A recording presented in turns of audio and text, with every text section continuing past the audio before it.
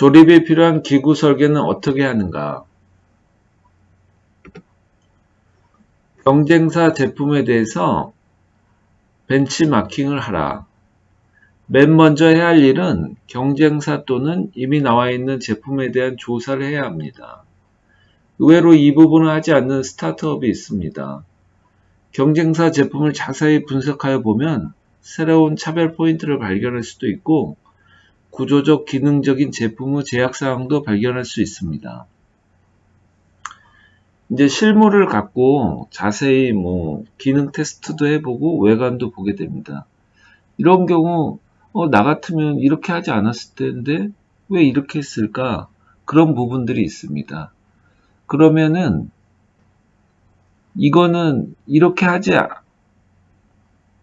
않으면 안 되는 이유가 꼭 있습니다. 그러면 이거는 나중에 스타트업이 만들게 되면 똑같은 시행착오를 겪을 수가 있습니다. 벤치마킹을 함으로써 사전에 그런 요소들을 피할 수 있게 되는 것입니다. 그래서 꼭 벤치마킹을 권하고 있습니다. 이제 본격적으로 기구 설계에 들어가면은 먼저 부품의 이름을 정하고 시작해야 합니다. 서로 부르는 부품이 이름이 달라 의미 전달이 잘 안 되는 경우가 있습니다. 부품의 이름이 통일되어 있으면 간단한 전화 통화만으로도 해당 상황에 대해서 쉽게 파악을 할 수 있습니다. 회사 내부적으로 특별한 규정이 있으면 이 규정을 따릅니다. 스타트업 같은 경우는 이제 제품을 처음으로 만들기 때문에 어떤 이런 제품 개발에 대한 상세한 규정 같은 게 없습니다. 보통은 중소기업이나 대기업 같은 경우는 어떤 부품을 만들 때에도 그 절차나 규정이 있어서 거기에 맞춰주면 되는데 스타트업은 그런 것이 없기 때문에 서로 의미가 통할 수 있는, 그 다음에 나중에 이제 생산했을 때 규격할 수 있는 이름을 정하는 것이 필요합니다.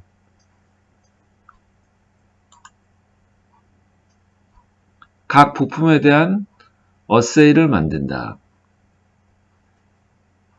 조립이 필요한 제품들은 대부분 여러 부품으로 구성되어 있고 제품 기구 설계는 각 부품에 대해서 3D 모델링 작업을 합니다. 이때 3D 모델링된 각 부품을 결합시켜 조립도를 만듭니다. 이를 보통 어세이라고 합니다. 어셈블리의 준말입니다.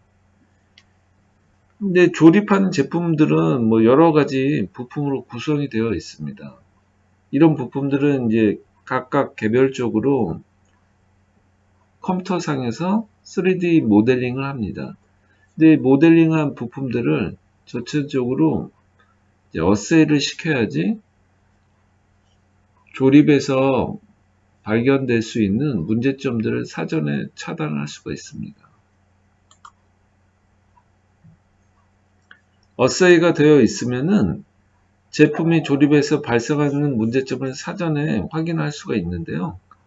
부품 간의 간섭, 적정 공차, 조립성, 시뮬레이션 등을 통해서 직접 동작을 시켜보기도 합니다. 그러면은 이제 문제점들이 컴퓨터상에서도 발견될 수가 있습니다. 조립과 분해를 고려한 결합 강도를 정한다. 조립의 경우는 후크, 나사, 본딩 등의 다양한 방법으로 이루어집니다. 후크, 나사의 위치와 수에 따라 결합 강도가 달라집니다. 조립 분해 강도는 모급을 만들어 확인을 해보고 플라스틱 사출 성형의 경우는 금형을 약간씩 수정을 해가면서 적정 강도를 잡기도 합니다. 근데 이제 모급에서 이 적당하다고 생각되는 강도를 먼저 설정을 해놓고 금형을 만들면서 이제 생산을 해봅니다. 그러면은 이제 약간 강도가 부족한 경우 이 강도를 강화시키거나 할 수가 있습니다. 의외로 이런 부분이 이제 소비자들이 사용했을 때 강도가 너무 세버리면은 불편할 수도 있고 그 다음에 이제 뭐 얇은 제품 같은 것들이 있습니다. 이런 제품은 소비자들이 이렇게 뭐 외관 케이스를 뒤틀거나 했을 경우 조립이 분해가 되는 경우도 있습니다. 그렇기 때문에 이 실물을 갖고 테스트를 해보는 게 매우 중요합니다. 생산 현장에서 작업성을 고려한다. 컴퓨터 도면상에는 조립 분해가 쉬워 보여도 실제로 해보면 안 되는 경우가 발생합니다. 생산 현장에서 가능한 기준으로 설계를 해야 하고 조립의 방향성 등이 있는 경우는 작업자가 쉽게 할 수 있도록 구조적으로 만들고 식별 가능한 요소를 넣도록 합니다.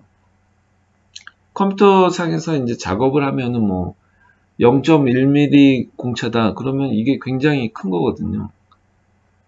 이제 굉장히 크게 느껴지고 또 확대해서 보기 때문에 이게 이제 현장에서 0.1mm는 육안으로 잘 보이지도 않습니다. 설계상에는 가능하다고 생각되지만 실제 현장에서 안 되는 경우가 많습니다. 그렇기 때문에 현장 기준으로 설계가 이루어져야 합니다. 그러면 이제 작업을 하다 보면 조립을 하면은 특정한 방향으로 해야 되는 경우가 있는데요.